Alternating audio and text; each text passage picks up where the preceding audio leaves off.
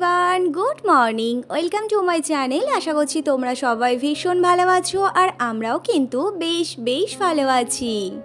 আজ হলো সোমবার, ঘড়িতে এখন বাজে ভোর 4:30। ঘুম থেকে উঠে এই যে ভোরবেলাতে কি জামা কাপড় পরবো সেই সমস্ত কিছু দেখো আমি রেডি করে নিয়েছি। আর বাসি ঘরটা না মুছে স্নান করব, তো সেজন্যই ভাবলাম যে বাসি ঘরটা আগে মুছে কমপ্লিট করে ফেলি, তারপর আমি স্নান করতে যাব। ঘরটা ঝাড় দিয়ে এখন ঘরটা বেশ ভালো করে মুছে নেব। আর ঘরের তো লাইট জ্বালানো একেবারেই যাচ্ছে না, কারণ ও ভীষণ ডিস্টার্ব হচ্ছে, ঘুমাচ্ছে না। কিন্তু আমারও তো কিছু করার নেই, আমি তো এই ঘর পরিষ্কার করে তারপর তো স্নান করতে যাব। আর বাসি ঘরে এসে এই শাড়ি পরে তো আর ঠাকুর ঘরে যেতে পারি না, সেই জন্য করেই আর কি এখন ওই ভোর প্রায় 4:30 পৌনে 5টা মতো বাজতে চললো, রেডি হয়ে গেছি আর যাব এখন ফোঁটা দিতে। আর এই বছর আমি ফার্স্ট আর কি ফোঁটা দিচ্ছি, জানি না কেমন কি করে দিতে হয়। সমস্ত কিছু কালকে রাতে তো আমি রেডি করেই রেখেছি, আর মা যেভাবে বলে দেবে আর কি সেইভাবেই দেবো। দেখো আমার ওই বাড়িতে মা যেভাবে দিত আমি সেইভাবে দেখেছি আর জানি, বাট এই বাড়িতে কেমন কিভাবে দেয় আমি তো সেটা জানি না। ওর জন্য মায়ের কাছ থেকে জেনে নিয়ে তারপর আর কি এই বাড়ি যে নিয়মে আর কি করে, তো সেরকমভাবেই আর কি ফোঁটাগুলো আমি দিয়ে নিই। সমস্ত ঘরের সামনে মানে দরজার সামনে আর কি ফোঁটা দিয়েছি, তারপর যে গেটগুলো রয়েছে গেটের সামনেও ফোঁটা দিয়ে নিয়েছি। বাড়িতে যেখানে যা ফোঁটা দেওয়া সমস্তটা দেওয়া হয়ে গেছে, এমনকি ঠাকুর ঘরেও ফোঁটা দিয়েছি, ঘরের পিছনে ঠাকুর ঘরে গিয়েও ফোঁটা দিয়ে এসেছি। তো ফোঁটা দেওয়ার পর এখন আমি মা দুজন মিলে যাচ্ছি দুর্গা মন্দিরে। আমরা দুজন না, এখানে আশেপাশে থেকে সবাই এই যে এই দুর্গা মন্দিরে এসেছে। এটা অ্যাকচুয়ালি দুর্গা মন্দির আমি এখন এই মুহূর্তে বলছি, এই কদিন আর কি ঠাকুর উঠেছে বলে সেই জন্য, কিন্তু অ্যাকচুয়ালি এটা স্কুল, তো স্কুল মাঠেই আর কি এই ঠাকুরটা ওঠে। তো সে যাই হোক, ফোঁটা দেওয়া হয়ে গেছে। এখন ওই সকাল 5টা 5:30 মতো বাজে। ফুলগুলো দেখো এখনও কিন্তু একটাও ভালো মতো ফোটেনি, সব ফুলগুলো তুলে নিয়েছি। আর মা গেছে ঠাকুরের বাসনপত্রগুলো নিয়ে ধুয়ে পরিষ্কার করতে আর কি। আমি এদিকে ভাবলাম ফুলগুলো আমি তাহলে তুলেই দিই। তো ফুলগুলো তুলে দেওয়া হয়ে গেছে, তারপর উপরে এসেছিলাম। উপরে এসে ছাদের দরজাটা খুলেই দেখলাম এই যে অপরাজিতা গাছে বেশ অনেকগুলো আর কি ফুল দিয়েছে। তো সেই ফুলগুলো এখন একে একে তুলে মায়ের কাছে দিয়ে আসবো।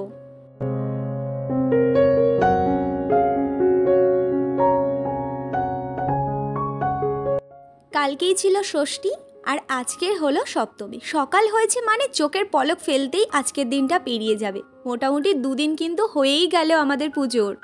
Hello, good morning. আজ হলো সপ্তমী।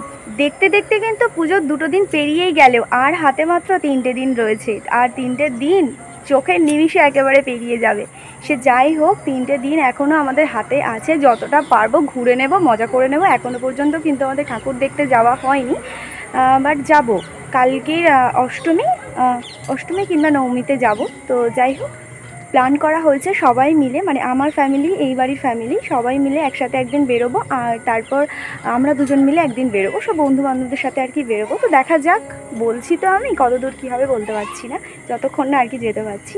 সকালবেলায় যা যা কাজ ছিল সমস্ত কিছু কমপ্লিট করা হয়ে গেছে। বিছানা গোছানো হয়নি, কিন্তু বাসি ঘরটা না মুছে তারপর আমি রেডি হয়ে ভোরবেলায় ফোঁটা দিতে গেছিলাম। তখন 4টে বাজে। আমি 3:50 অ্যালার্ম দিয়ে রেখেছি। আর কালকেও অনেক রাতে ঘুমিয়েছি জানো তো, প্রায় 1টা বেজে গেছে ঘুমাতে ঘুমাতে। কালকেও একটু তাড়াতাড়ি এসেছিলো, তারপর ওই খাওয়া দাওয়া করতে করতে প্রায় 1টা বেজে গেছিলো।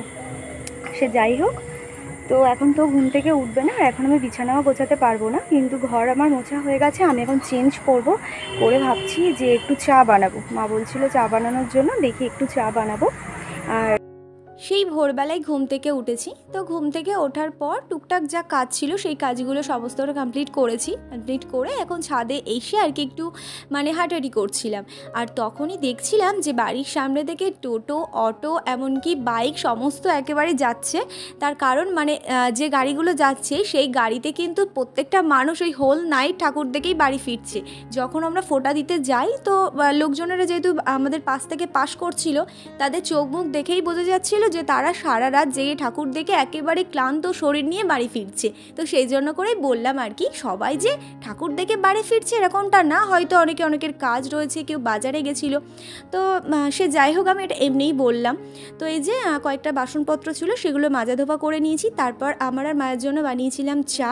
তো চা খাওয়ার পর ওর জন্য এই যে ব্রেডগুলো আমি সেঁকে দিলাম। আর এইগুলো না বার্গারের হচ্ছে কি ব্রেড, বাপি জানে না নিয়ে এসেছে, তো বেশ ভালো খেতে, মিষ্টি। তো এর মধ্যে না আমি কলা দিয়ে দুটোকে এক জায়গায় করে দিয়েছি। ও একটা খেয়েছে আর খেতে চাইছিল না, তারপরে আমি একটা খেয়েছিলাম। খেয়ে এই যে ঘরে এসেছি। ঘরের তো ঝাড় দেওয়া মোছা সেই আমি ভোরবেলা করে নিয়েছি, কিন্তু বিছানাটা তো আর গোছাতে পারিনি। তো এখন এই যে ও বেরিয়ে যাওয়ার পর উপরে এসেছি, উপরে এসে বিছানাটাকে বেশ ভালো করে ঝেড়ে ঠিকঠাক করে রেখে দেবো, কারণ এখন প্রায় ওই দশমীর পরের দিন আমি বাড়িতে আসবো। আর যেহেতু সপ্তমী অষ্টমী নবমী দশমী প্রায় 4 দিন পর আমি বাড়িতে আসবো, সেই জন্য ঘরটাকে না যতটা পারছি একটু গুছিয়ে রাখার চেষ্টা করছি। আর ও বলেছে যে আমি ওখান থেকেই যাতায়াত করব, তো সেজন্য করে ওর জামা কাপড়গুলো আমার নিতে হচ্ছে, নইলে তো কালকে রাতের বেলায় না আমি প্রায় অনেক জামা কাপড় গুছিয়ে নিয়েছিলাম। আর এই যে দুটো ব্যাগ দেখছো, এই ব্যাগগুলো আমার বাবার কাছে এখন পাঠাবো। তো ব্যাগ গুছিয়ে টুছিয়ে চলে এসেছি। সকালে সেই ভোরবেলায় একবার স্নান করেছি, আবারও স্নান করেছি, যেহেতু রান্নাঘরে গিয়ে বাসনপত্র ধুয়েছিলাম তো সেজন্য করে স্নান করে চলে এসেছি ঠাকুর ঘরে। গোপুকে আজকে টক দই দিয়ে বেশ ভালো করে পরিষ্কার করে স্নান করে নিয়েছি, তারপর রেডি করে নিয়েছি। ও যাবে আজকের আমাদের সাথে ঘুরতে। এখন আমরা মামা শ্বশুরের বাড়িতে যাব। হয়ে গেছি আর এখন আমি আমার ওই বাড়িতে যাচ্ছি না, এখন মামা শ্বশুরের বাড়িতে যাচ্ছি। আর বাবা এসেছিল, বাবার কাছে না যে ব্যাগ দুটো মানে ভরেছি সকালবেলায় সমস্ত জামা কাপড়ে, সেগুলো পাঠিয়ে দিয়েছি। আর এখন শুধুমাত্র আমার কাছে এই যে এই ব্যাগটা রয়েছে, এটা আমি হাতে নেব। আর বাড়িতে সেইভাবে কেউ থাকবে না বলে আমি গোপসোনাকে আমার ওই বাড়িতে নিয়ে যাচ্ছি। ওরও সমস্ত কিছু গুছিয়ে গাছিয়ে নিয়েছি, ওকে রেডি করিয়ে দিয়েছি স্নান টান করিয়ে। আর এখন মানে গুছিয়ে নিয়েছি, শুধু বেরোবো, ওকে নিয়ে বেরিয়ে যাবো। বাপি গেছে আবার মিষ্টি কিনতে, ওই বাড়িতে যাওয়া হবে। আমি আর মা দুজন মিলে এখন অটো করে যাব। তো চলো।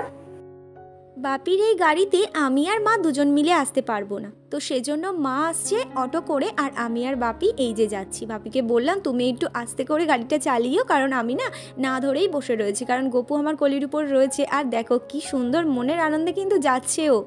তো এই যে চলে এসেছি মামাদের বাড়িতে। আর মামাদের বাড়িতে এসে বেশ কিছুক্ষণ বসেছিলাম, তারপর বাড়ির সামনে এসেছিল এই চালতা ব্যাপারী, 1 বাটি চালতা আর তার সাথে কুলের আচার কেনা হয়েছিল। মামা শ্বশুরের বাড়ি থেকে বাড়িতে চলে এসেছি বলতে আমি আমার ওই বাড়িতে যাইনি, মানে শ্বশুর বাড়িতে আবারও চলে এসেছি। ভেবেছিলাম রেডি হয়ে একেবারে বেরিয়ে গেছি, রাতের বেলায় ও ফিরলে পরে মানে ওখান থেকে ওই বাড়িতে চলে যাব।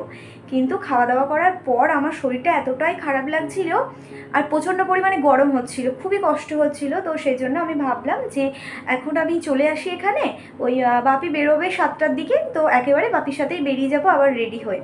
যে শাড়িটা পরে গেছিলাম, এতটা পরিমাণে গরম হচ্ছে, নতুন শাড়ি। আর পুজোর সময় আমি ভেবেছি যে মানে যে কদিন বেরোবো আর কি পুরো নতুন নতুন শাড়ি বেরোবো, যেহেতু অনেক কটা শাড়ি হয়েছে তো সেই জন্য করে আর কি। কিন্তু এতটা গরম হচ্ছে, ওই শাড়িটা পরে আমি বেশিক্ষণ থাকতে পারিনি। একটা শাড়ি নিয়ে গেছিলাম সকালে, যে শাড়িটা পরেছিলাম আর কি, তো সেই শাড়িটা। তো সে যাই হোক, বাড়ি যখন চলে এসেছি একটু রেস্ট নিয়ে তারপর আলমারি থেকে একটা নরম হালকা পাতলা শাড়ি বের করে পরে তারপর ওই বাড়িতে যাব। আর ওর সাথে যাব বলে ঠিক করেছিলাম, বাট ওর না আসতে একটু দেরি হবে। তো সেজন্য আমাকে বললো তুমি বাপির সাথে চলে যাও ওই বাড়িতে, আর আমি অফিস থেকে ফিরে তারপর ওই বাড়িতে যাব। আজকের মামাদের বাড়িতে যেহেতু খাওয়া দাওয়া ছিল, ও যদি না খায় তাহলে মামিমারা একটু মানে কষ্ট পাবে।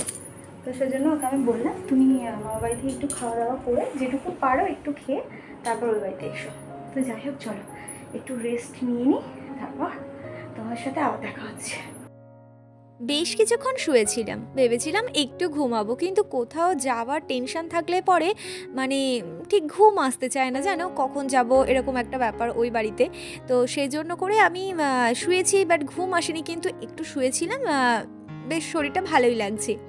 তো এখন উঠে আলমারিটা খুলে দেখছি কোন শাড়িটা পরবো, কিন্তু এর মধ্যে থেকে আবার যেউ পাতলা শাড়ি পরে বের করলে হবে না, কারণ একা একা আমার শাড়িটা পরতে হবে। যে শাড়ি আমি একা একা মানে পরতে পারবো, মানে কুচিটা আর কি ঠিকঠাক হবে, তো সেই শাড়ি আমাকে পরতে হবে। তো এখানে এই যে এই শাড়িটা দেখলাম, মানে আমি একা একা ঠিকঠাক আর কি কুচি করতে পারি, ওই জন্য এই শাড়িটাই বের করে নিলাম। আর তার সাথে এই পিঙ্ক কালারের এই ব্লাউজটা দিয়ে আর কি পরবো শাড়িটা। তো চলো এটাও আমি বের করে নিলাম। আর ভাবছি সেই যখন সন্ধেবেলাতে যাব তাহলে পরে ঘরের সন্ধেটা দিয়ে তারপর যাব। এই যে শাড়িটা বের করে নিয়েছি। তো যাই হোক, আজকের ভিডিওটা আমি এখানে এন্ড করলাম। কেমন লাগলো আজকের ভিডিওটা অবশ্যই জানিও। টাটা।